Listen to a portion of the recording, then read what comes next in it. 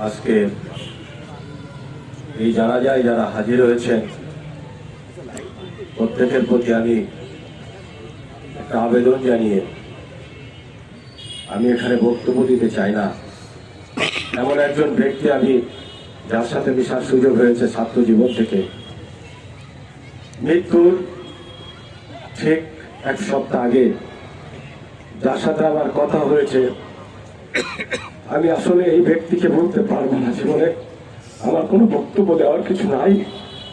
এমন একজন আমার শহীদকে আমি হারিয়েছি যার মধ্যে কখনো কোনো অহংকার দেখি নাই। মৃত্যুর কিছুদিন আগেও সেই দলের কথা বলেছে, তার জীবনের একটু অপূর্ণ থেকে গেছে।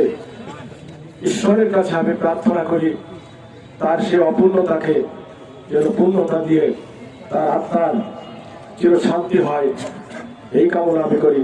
সকলে তার জন্য দোয়া করবেন। আসসালামু আলাইকুম।